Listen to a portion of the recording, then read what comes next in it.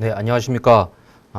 저는 금천미트를 운영하고 있는 동호는 부두 이영상 상무라고 합니다. 오늘은 포스트 코로나 온라인 축용 유통 시장 전망과 관련해서 육류 온라인 유통 시장의 성장 배경과 향후 전망에 대해서 말씀드리도록 하겠습니다. 아무래도 제가 그 육류 유통도 하고 육가공도 하다 보니까 이 코로나 상황이나 이런 유통 시장의 변화에 대해서 육가공 입장에서 많은 설명이 좀 있을 것 같고요. 이 점 감안해서 들어주시면 좋을 것 같습니다. 먼저 온라인 축육 유통 현황입니다. 축육 B2B 시장, 도매 온라인 시장은 올해 한 5천억 정도 추정이 되고 있습니다. 지금 보시는 바와 같이 올해 자사 기준으로 해서 2,600억에 30% 신장 정도 예상이 되고 있습니다. 그래서 전년도 17% 대비해서는 성장은 좀 더 많이 가져갈 것 같고요. 기본적으로 가격 인상분 감안하더라도 두 자리 인상은 가능할 것 같고, 이 성장과 저희 MS를 감안한다면 축육 유통 시장은 뭐 5천억 정도 또는 5천억 이상으로 도매 온라인 시장은 될 것 같습니다. 다만 이제 육가공 하시는 분들이 가장 궁금한 거는 사실 온라인 시장에서 소매 유통, 그러니까 B2C 경로 시장이 얼마나 되는가가 가장 뭐 관심사일 것 같은데요. 저희도 마찬가지입니다. 도매를 하고는 있지만 B2C 시장에 대해서 항상 관심을 갖고 데이터를 찾아보는데 실제 온라인 시장에서 축육이 얼마나 될지는 이렇게 판단하기 좀 다소 어렵습니다. 다만 여러 가지로 추정을 해보면 뭐 판단할 수는 있겠습니다만 지금 통계청 온라인 쇼핑 동향으로 보면 19년도에 3.6조, 그 다음에 20년도에는 사실 3.8조 정도로 보수적으로 예측한 자료를 봤었는데요. 상반기까지 나온 자료 보면 2.7조 원입니다. 이대로 그대로 가면 한 5조 4천억 정도 되는 거고, 5조 정도 되는 농수축산물 온라인 거래액이 나오고요. 이 중에 뭐 축산물을 30%를 보든 50%를 보든 본다 그러면 온라인 거래액은 한 2조에서 3조 사이에서 시장은 좀 형성되어 있다라고 이렇게 판단이 좀 됩니다. 다만 시장 규모와는 별개로 17년, 18년, 19년은 온라인 거래액 성장이 20% 정도씩 성장을 했습니다. 근데 올해 상반기의 경우는 62.6% 신장이라는 폭발적인 성장을 좀 했고요. 여기에는 농수축 뭐 같이 있어서 어떤 게 더 성장을 했는지 모르지만 축산도 분명히 어마어마하게 성장했다라는 게 제 생각입니다. 요거는 저희 그 온라인몰의 그 축종별로 경로별로 데이터입니다. 뭐 간략하게 설명하고 넘어가도록 하겠습니다. 그 금천미트 쪽에 이제 몰인데요. 도매유통입니다. 먼저 경로 쪽을 먼저 말씀을 드리면 보시는 바와 같이 식당과 정육점이 45대 45로 거의 비슷한 규모로 좀 뭐 가지고 있었습니다. 18년에는. 그러나 19년도에는 식당 비중이 47%로 올라가면서 전체적으로 좀 식당 경로가 좀 좋았던 반면에 2000년 상반기는 당연히도 뭐 식당이 안 좋았죠. 그래서 식당 경로는 43%로 줄고 정육점 쪽이 47%로 느는 역전 현상이 일어났다라고 보시면 될 것 같습니다.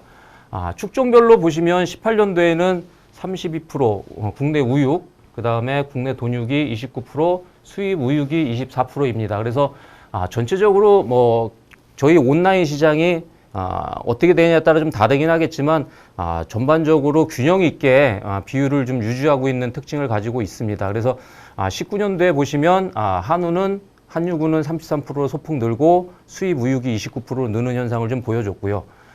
반대로 한돈 쪽이 좀 감소하는 24%로 감소하는 이런 모습을 보였었습니다. 20년 상반기에는 뭐 기사로 뭐 충분히 이미 다 알고 계시겠지만 한우가 급격히 증가합니다. 그래서 한우가 36% 비중을 차지하고 있고 수입 우육 27%, 그다음에 한도는 24%로 유지하고 있습니다. 다만 이제 특이한 건 수입 돈육은 12%, 11%, 그다음에 9%로 계속해서 저희 쪽 그 도매에서는 점유율이 좀 빠지는 모습을 좀 보여주고 있는데요. 저희가 굳이 이렇게 그 저희 몰 데이터를 보여드리는 이유는 저희가 처음에는 대표성을 좀 갖지 못했었는데 이게 회원수라든지 그다음에 축종 브랜드 이런 것들이 계속해서 늘어나면서 시황에서 나오는 데이터들을 비교해 봤을 때 저희 쇼핑몰 그 판매 동향과 아주 유사한 현상을 보여주고 있어서 저희는 요즘은 이제 저희 데이터로 축종 뭐 시황이나 이런 것들을 좀 보고 있기 때문에 이 데이터를 한번 보여드린다 이렇게 말씀드릴 수 있겠습니다. 당연히도 온라인 축중 유통 비중은 계속 증가합니다. 지금 B2B 쪽에서는 보시는 바와 같이 누적 가입 고객 수입니다. 계속해서 두 자리로 늘어나고 있고요. 박스 배송 수량입니다. 당연히 뭐 두 자릿수씩 계속 늘어나고 있습니다. 점포당 매출입니다. 뭐 가격이 오를 때도 있고 내릴 때도 있긴 하겠지만 어쨌든 계속해서 성장을 하고 있습니다. 지금 무슨 얘기냐면 누적 가입 고객이 계속 늘어나면서 수량과 점포당 매출, 즉 침투율과 재구매율이 계속해서 일어나고 구매 빈도도 역시 계속해서 증가하고 있는 이런 모습을 좀 보여주고 있고요.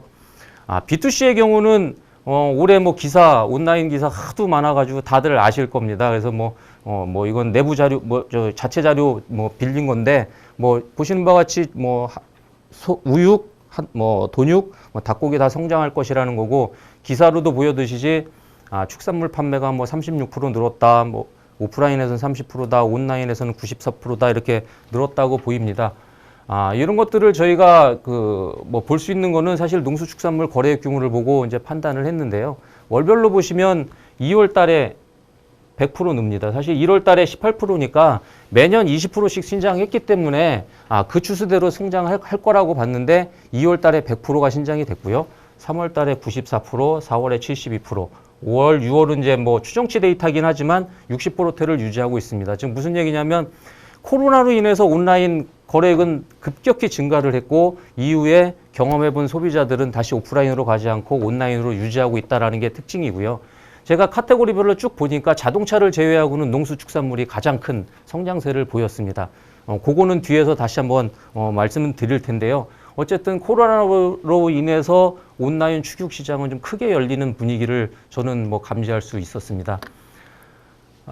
온라인 축산 시장의 특징에 대해서 간략하게 설명을 드리고 코로나에 대한 얘기를 좀 해보려고 합니다. 크게 온라인하고 오프라인하고 좀 비교를 해봤습니다. 저희는 이제 오프라인도 하고 온라인도 하니까 비교를 해봤는데 시장 단계로 보면 우리 보통 도입기, 성장기, 성숙기, 쇠퇴기를 거친다는 이런 이렇게 그래프를 그리는데 온라인 축육 시장은 아직은 성장 초기라고 생각을 합니다. 사실 작년까지는 저는 감히 얘기할 수 있는 게 도입기였기 때문에 아직까지는 해결돼야 될 과제들이 좀 있다라고 판단하고 준비를 했었는데 올해 급격하게 상황이 바뀌면서 온라인이 이제 성장기로 좀 들어가는 게 아닌가 이런 생각을 좀 하고요. 오프라인은 1%대 성장을 계속해서 하고 있는 성숙기 시장으로 전형적인 성숙기 시장으로 바라보고 있습니다. 주요 특징 온라인 쪽에서는 상품 가격 비교 정보가 굉장히 용이하기 때문에 사실 고객들의 어떤 정보의 접근성이 유리하다는 특징이 있고요.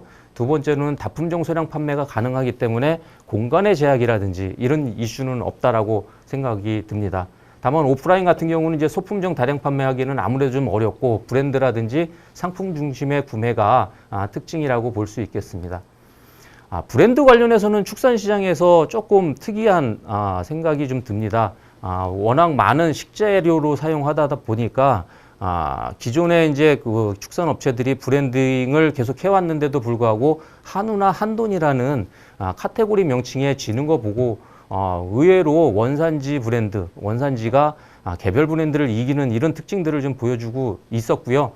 특히 온라인 쪽에서는 B2B는 아무래도 상품의 스펙이나 그다음에 상품의 속성들이 중요하기 때문에 쓰던 걸 계속 쓰기 때문에 어떤 브랜드의 로열티가 굉장히 높은 반면에 B2C에서는 살짝 낮은 경향들을 좀 보여주고 있습니다. 오프라인 같은 경우는 마찬가지로 B2B는 당연히 브랜드 로열티가 좀 높을 거고요. B2C 역시 제품 브랜드보다는 판매자, 즉 매장에 누가 파느냐의 브랜드가 더 중요한 이런 형태로 좀 이루어지고 있는 특징들이 좀 있었고요. 다만 온라인 쪽에서는 계속해서 온라인 축육 시장을 이렇게 하다 보니까 기존의 오프라인과 좀 다른 거는 일정 정도 상품화가 되어야 온라인 시장에서 플레이를 할 수 있는 제품으로 좀 자리 잡을 수 있을 것 같다는 생각은 좀 듭니다. 키바잉 팩터로는 온라인에서는 가격과 당연히도 구매의 편의성과 배송의 편의성이 될 거고요. 오프라인은 전문성이라든지 상품 구매의 어떤 이런 특징들이 되겠습니다. 요번에 이제 온라인 시장만 가지고 B2B 즉 도매와 온라인 B2C로 한번 뭐 시장 특징을 알아보면 온라인 B2B는 도입기 지나서 성장기 중기쯤 들어온 것 같아요. 사실 이런 그 변화 속에서도 급성장한다든지 뭐 급하락 없이 계속해서 꾸준히 성장을 하고 있기 때문에 일정 정도 성장기에 진입해 있는 상태라고 보이고 있고요. 다만 온라인 소매 B2C의 경우는 성장 초기이다 이렇게 볼 수 있겠습니다. 물론 온라인 유통은 급격한 성장률을 가져가고 있지만 그 속에서 축산물은 이제 좀 시장이 열리는 듯한 느낌을 좀 받는 게 사실이고요. 주요 특징으로 보면 온라인 B2B는 쇼핑몰 와서 들어봐 보시면 알겠지만 쇼핑몰이라기보다는 주문 사이트에 가깝기 때문에 그 특징이 좀 있습니다. 그래서 온라인과 오프라인을 교묘하게 좀 엮어서 어찌 보면 도매 시장 같고 어찌 보면 상장 시장 같은 부근육 상장 시장 같은 그런 느낌들을 좀 주고 있는 게 특징이고요. B2C의 경우는 이제 뭐 종합몰하고 축산 전문몰들이 막 등장해서 이제 힘을 발휘하고 있는 상황이다 이렇게 보시면 될 것 같습니다. 온라인 B2B 같은 경우는 브랜드 로열티가 굉장히 높습니다. 그래서 보통 한번 구매하신 분들이 다음 달 재구매하는 재구매 빈도율이 83%에 육박합니다. 그래서 한번 들어오신 분들은 상당 기간 재구매를 하시는 반면에 온라인 B2C의 경우는 계속해서 옮겨 다니는 게 특징이고 뭐 일부 자료에 의하면 50% 미만이라는 얘기도 좀 있습니다만 유명 뭐 지금 현재 뭐 시장을 좀 뭐 하고 있는 마켓컬리라든지 쿠팡 이런 데는 거의 재구매율이 굉장히 높을 거라고 예상할 수도 있겠습니다.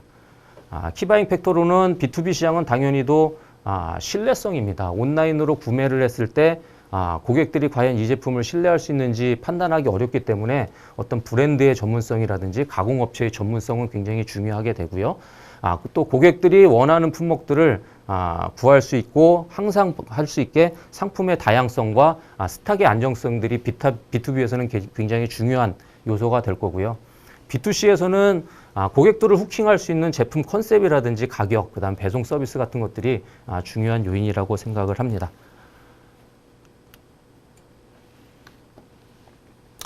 온라인 뭐 축산 시장에 대해서 간략하게 뭐 특징을 좀 말씀드렸는데 사실 이제 제가 드리고 싶은 말은 이런 상황입니다.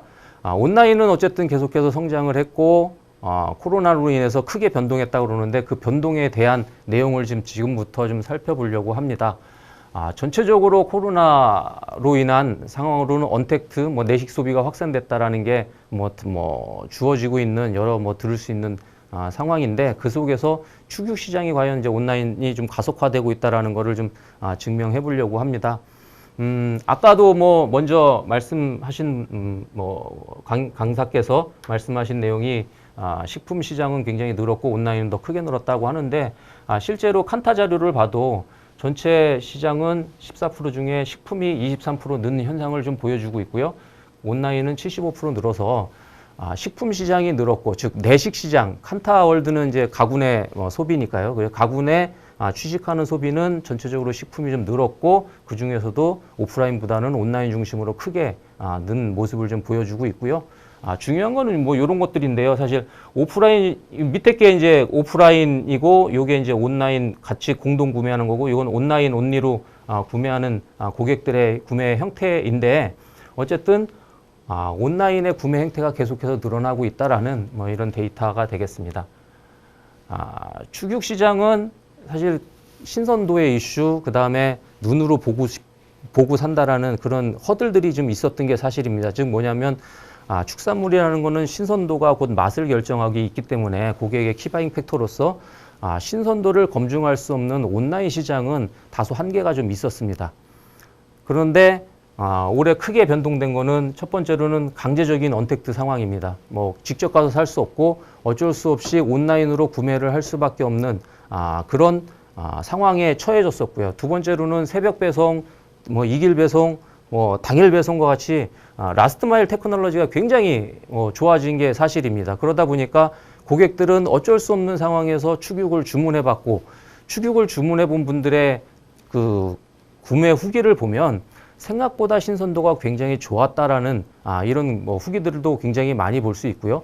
그러면서 사실 계속 늘었고 만약에 코로나 상황에서 아까 100% 신장을 했는데 그때 구매 후에 본인들이 만족하지 못했다면 급격히 줄었어야 되는데 실제로는 그게 유지된다는 얘기는 분명히 구매 만족도가 굉장히 높다라고 볼 수 있겠습니다.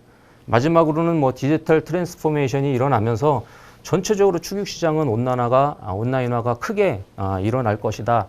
뭐 이렇게 볼 수 있겠습니다. 그래서 저희는 내부적으로 퀀텀 점프란 말을 쓰는데 보통 도입기에서 성장기로 넘어갈 때 캐즘이 있어서 그 캐즘 넘어가는데 굉장한 허들들이 있는 게 보통 제품의 시장 확대 현상인데 본의 아니게 코로나라는 게 그 캐즘을 넘겨버리는 이런 상황이 있어서 축사는 온라인 시장이 비교적 쉽게 좀 빨리 진입되는 이런 상황이 있다라고 생각을 합니다. 즉 축육유통 시장의 디지털 트랜스포메이션은 본격화된다. 그래서 시공간적 제약 감소입니다. 그래서 당일 배송이 가능하게 되면서 사실은 축산물은 굉장히 신선육 중심으로 해서 확대될 가능성이 굉장히 높고요. 뭐 배달 서비스 같은 것도 마찬가지고요. 두 번째로는 라스트 마일 서비스, 뭐 코로나로 인한 상품 세제기, 뭐 이런 것들은 전반적으로 다 축육 유통이 뭐 디지털화 되는데 도움을 줄 거고요. 또 하나의 특징은 플랫폼들이 굉장히 좀 발달하면서 여기에 기존에는 뭐 도매업체, 소매업체 나눠졌다면 지금은 그런 경쟁 구분도 사실 좀 무뎌졌고 오프라인 업체도 온라인으로 뛰어들고 온라인 업체들도 이제 오프라인으로 확대하는 이런 옴니 채널들이 계속해서 발생되는 것들이 특징이라고 할 수 있겠습니다. 뭐 저희 회사 얘기는 아니고 남의 회사 얘기라 좀 하긴 좀 그렇긴 하지만 어쨌든 가장 코로나 시대에 화두가 됐던 유통시장의 화두일 것입니다. 그래서 뭐 신선식품의 컬리입니다. 그래서 올해 뭐 1조 한다고 그러는데 최근에 조금 뭐 해서 500억 이상 좀 찍는다는 얘기는 좀 듣고 있는데요. 어쨌든 1조 예상을 하고 있고 쿠팡 10조 얘기합니다. 그리고 뭐 이마트의 쓱닷컴 해가지고 지금 최근에 성장 많이 하고 있고 그 다음에 롯데도 지금 통합해서 롯데온 만들었고요. 이런 유통업체들은 모두 다 사실 코로나 시기에 큰 과제들을 안았을 거라고 생각을 합니다. 컬리나 쿠팡은 성장은 굉장히 됐겠습니다만 사실 수익의 이슈는 좀 있었던 것 같습니다. 오늘 기사에 보니까 새벽 배송을 하고도 흑자가 난 게 기사화가 됐더라고요. 오아시스라는 회사인데 사실 저희 더반찬이라고 저희도 B2C 반찬몰을 그러니까 뭐 종합 쇼핑몰은 아니지만 반찬몰을 하는데 코로나 때 3, 4월 때 흑자를 전환을 했습니다. 지금 그 얘기는 뭐냐면 그동안 새벽 배송이나 센터의 어떤 그 고정비성 경비로 인해서 일정 정도 매출이 달성하면 흑자가 될 것이라는 게 계속해서 투자할 수 있는 명분이었고 투자하는 모델이었는데 아마도 3월달, 4월달 굉장히 성장을 하면서 그 시점에 매출이 2배가 뛰었다면 그 달이라도 흑자가 났어야 되는데 사실 기사화된 건 없었기 때문에 어찌 보면은 위에 두 업체도 성장의 모델은 가져가지만 수익 측면에서 본다 그러면 수익을 하기 위해서는 지금과 같은 활동이 아니라 다른 부분들의 모델이 좀 필요하지 않겠냐라고 생각이 듭니다. 뭐 쓱닷컴이나 롯데온 같은 경우는 사실 코로나만 아니면 일정대로 좀 뺄 수 있는 상황이었는데 굉장히 바쁜 상황이 됐고 그 다음에 실제로 플레이를 해보면 이 모델에서도 역시 그러니까 흑자를 낼 수 없는 상황. 즉 뭐냐면 고객에게 이 서비스를 느끼게끔 하는 밸류를 고객이 지불하는 비용을 감안했을 때 코스트, 즉 비용이 이 지불 가격을 지금 상회하고 있기 때문에 이런 것들은 유통 전체의 좀 숙제라고 생각을 하고 있고 전반적으로 수익의 문제들은 점점 크게 대두될 거라고 생각을 합니다. 코로나 이후에 축육 유통시장 뭐 요약해보면 첫 번째로는 언택트 소비의 패턴 확대로 도매, 소매, B2B, B2C 즉 경계는 굉장히 모호해졌다라는 게 제 생각입니다. 두 번째, 수요 공급 불확실성 굉장히 커졌고 시세 변동성도 커지고 뭐 이런 것들은 올해뿐만 아니라 이후에도 이런 코로나나 이런 것들로 인해서 굉장히 변동성이 좀 심해질 거고요. 이에 따라서 SCM 관리 중요성은 더더욱 중대될 거고 온라인을 함에 있어서도 이런 SCM 관리 중요성은 더 중요해질 것이다 라고 생각이 됩니다. 온라인의 경우는 계속해서 증가하면 포장과 배송비의 어떤 배송의 비용에 대한 이슈는 계속해서 발생을 하고 있습니다. 그래서 결국은 온라인 유통업체들의 수익성 이슈는 굉장히 좀 표면화될 것이고 이 수익성을 어떻게 가져갈 것이냐는 뭐 간단하게 생각하면 매입 원가가 있을 거고 판가가 있을 거고 내부 비용이 있기 때문에 세 가지 꼭지에서 전부 다 노력을 하게 되면 기존의 어찌 보면 온라인 쪽에 조금 더 수익이 좋았던 뭐 공급업체들도 수익의 문제는 좀 생길 것이라고 판단을 하고 있고요. 온라인 축육 플랫폼, 즉 축산 플랫폼들은 당분간 계속해서 확대될 것으로 보이고 늘어날 것으로 보입니다. 즉 고객의 구매 배송 편의성이나 니즈들이 증가했기 때문에 이런 것들은 당연히 또 플레이어들이 좀 들어올 거라고 보고 있고요. 여기서부터는 어떻게 보면 축육유통시장 전망보다는 축육유통시장의 육가공 업체들이 이렇게 좀 진행을 해봐야 되지 않겠냐라는 과제들을 이야기하려고 합니다. 요거는 저희 그 내부 일자별 매출 현황입니다. 그래서 아까도 말씀드렸지만 전체 시장을 좀 대변한다라고 하는 거는 코로나 이후에 사실 뭐 1월 달에 좀 뺐습니다. 1월 달에 쭉 해서 코로나 이후에 코로나 때 이렇게 빠집니다. 요거는 당연히 또 식당의 감소였고요. 식당만 본다 그러면 더 급격하게 그래프는 보여주고 있고 이후에 살짝 회복되는 모습을 보여주고 있고요. 재난지원금 들어왔을 때 크게 늘어나고 있습니다. 요 시기에 정육점 저희 60% 신장했습니다. 전년비. 식당은 마이너스였고요. 급식은 더 마이너스였고. 요 시기에는 정육점과 식당 모두 좀 괜찮은 상황으로 흘러갔고요. 여기 빠지는 거는 재난지원금의 뭐 효과라기보다는 사실 6월달 축육시장 비수기로 접어들면서 살짝 빠지는 모습들을 보여주고 있습니다. 이와 반대로 아마 온라인 시장은 이렇게 됐었을 겁니다. 제가 말씀드리고 싶은 거는 코로나의 영향으로 인해서 내식은 증가하고 외식은 감소하고 급식은 급감했습니다. 즉 우리 축산에서 수익을 내는 가장 중요한 방법은 모든 부위를 잘 파는 게 사실 수익을 내는데 가장 중요한 팩터라고 생각을 합니다. 그러다 보니까 수익을 잘 내시는 육가공 업체나 이런 분들은 판매 경로가 참 이쁘게 이렇게 분리가 되어 있습니다. 내식, 즉 정육점이나 뭐 마트나 이런 소비자를 상대할 수 있는 내식 부분, 그 다음에 식당 경로, 급식 경로 이렇게 세 경로를 밸런스 있게 가져가는데 이제는 온라인 경로도 추가해서 고민을 좀 해야 되지 않겠냐라고 생각을 합니다. 그래서 어쨌든 수익을 좀 내보려면 경로의 밸런스들은 점점 중요하고 여기에 온라인 경로는 조금 더 추가해서 검토를 좀 해야 되겠다라고 생각을 합니다. 그러면 온라인 시장에 우리가 들어가려면 어떤 일들을 좀 해야 될까라고 보면 시장이나 시장 참여자 측면에서 그다음에 제조 가공 측면에서 저희가 좀 생각해 본 바입니다. 시장 소비자 측면에서 보면 신선식품 축산인 온라인 구매 비율 증가했다고 아까 말씀을 드렸습니다. 그리고 소포장 간편성 추구 트렌드 너무도 당연합니다.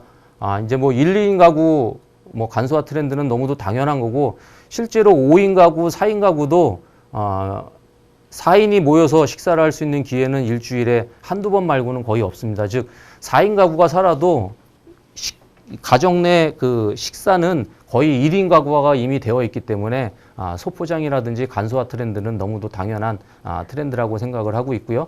HMR 당연히 뭐 증가할 거라고 보이고 있습니다.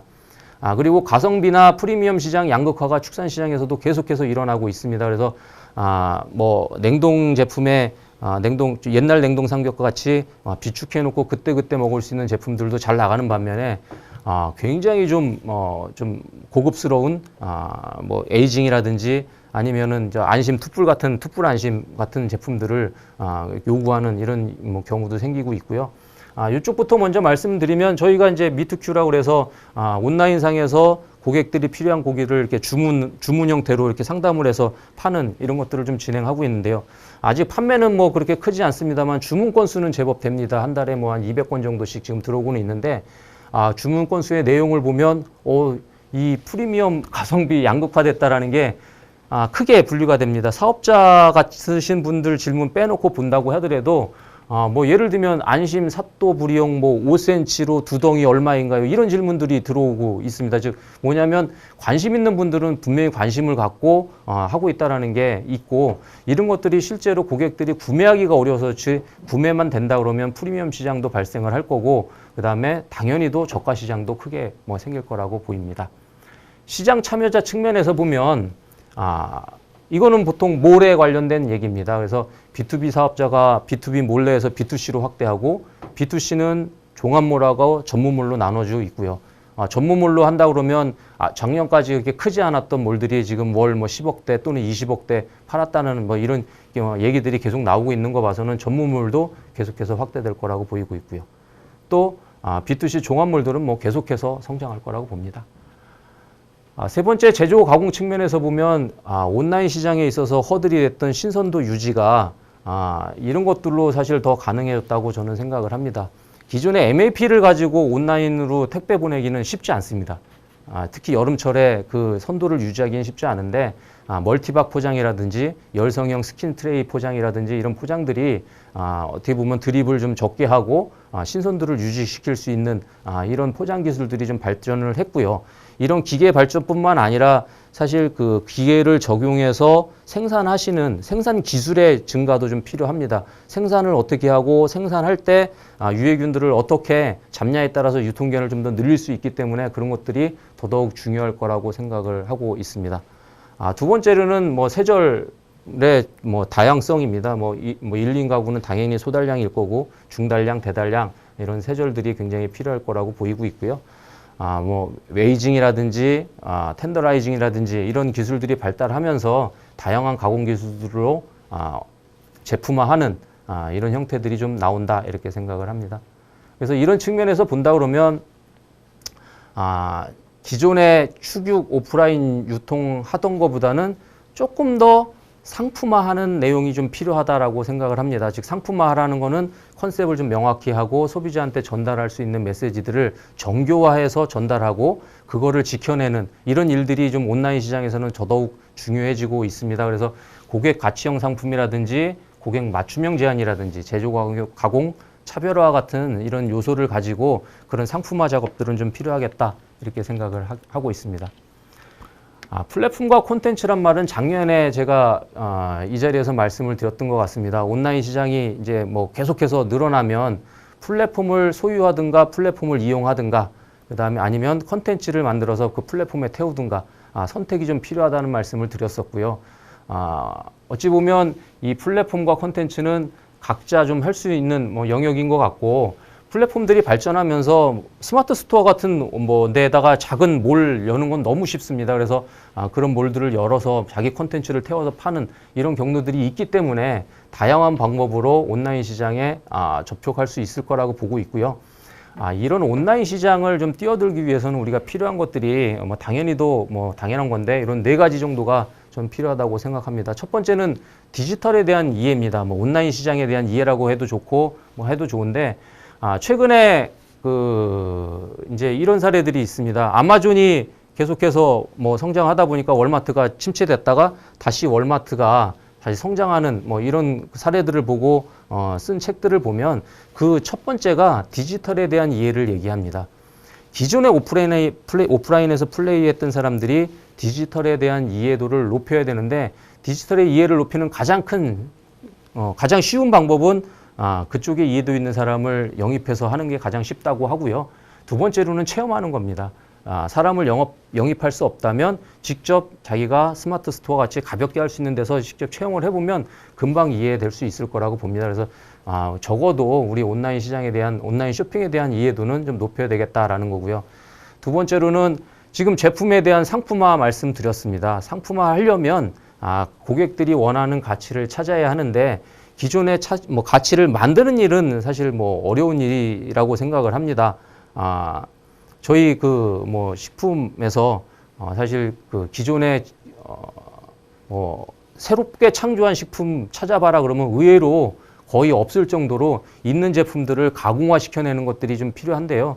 어쨌든 우리 자기가 가지고 있는 제품의 가치 중에서 좀 고객들한테 먹힐 수 있는 것들을 발견하는 일들이 중요합니다. 그래서 자기 제품의 가치의 발견이 중요하다고 보고요. 세 번째로는 온라인 시장은 진정성이 너무도 중요합니다. 우리가 그동안 오프라인 시장에서는 브랜드 이미지를 가지고 브랜드 이미지로 어쩌면 소비자를 설득을 했다면 지금은 온라인에서는 고객 후기를 가지고 고객을 설득해야 합니다. 즉 고객 후기라는 것들은 불특정 다수가 경험해보고 그 제품에 대한 평가인데 이 평가가 자기들이 얘기하는 이 컨셉과 일치하지 않으면 사실 금방 고객들은 등 돌리기 때문에 자기 컨셉을 정확하게 고객들한테 인지시키고 그거를 꾸준히 지켜나가는 이런 진정성들은 너무 중요하다고 생각이 되고 있고요. 마지막으로는 공동창조인데 콘텐츠 개발자와 플랫폼 개발자가 계속해서 협업해서 이런 협업을 통해서 이런 것들은 좀 필요하지 않을까 이렇게 생각을 했습니다. 뭐 이상해서 이제 모든 뭐 강의는 좀 마칠 거고요. 어쨌든 코로나로 인해서 온라인은 성장을 했고 축육 유통이라는 것도 온라인 시장에 큰 폭으로 열렸다라는 거고 그 열려진 시장은 계속해서 확대 생산될 거고 성장할 거라는 것들은 누구도 부인할 수 없을 거라고 생각을 합니다. 그래서 그런 것들을 육가공업체에서 오프라인만 해가지고 될 것은 아니고 경로의 밸런스 측면에서 온라인도 반드시 고민을 하셔서 온라인 시장에 참여할 수 있는 기회들을 좀 가져갔으면 좋겠다라고 생각을 하고 있고요. 온라인 시장을 참여하는 데 있어서는 여기서 말씀드린 것과 같이 어떤 온라인 시장에 대한 이해, 자기 제품의 상품화, 세 번째 진정성 있는 커뮤니케이션, 그 다음에 플랫폼과 콘텐츠 개발자들의 어떤 이런 협업, 이런 것들을 가지고 온라인 시장에서 플레이를 해서 코로나가 됐든 어떤 상황이 오더라도 이런 밸런스 있게 해서 상황에 외부 환경에 크게 영향을 받지 않는 사업 구조를 꾸려내는 것들이 더더욱 중요하다고 생각을 하고 있고요. 그렇게 됐으면 좋겠습니다. 이상 오늘 뭐 좀 우왕좌왕한 면이 좀 있긴 하지만 뭐 말씀 다 마쳤고 마음 같아서는 질문 받고 이렇게 좀 질의응답하고 싶은데 온라인이다 보니까 그런 것들은 좀 어려운 것 같습니다. 제가 이렇게 시장 다니면 온라인 시장 뭐 크게 알고 있지는 않지만 그래도 저는 직접 운영하는 사람이니까 질문 주시면 그거에 대한 답변 구체적으로 드리면서 뭐 현장에서 코로나가 좀 거리두기가 완화가 되면 찾아뵙고 이런 상황, 뭐 그런 환경들이 좀 이루어졌으면 하는 바람입니다. 이상 마치도록 하겠습니다. 감사합니다.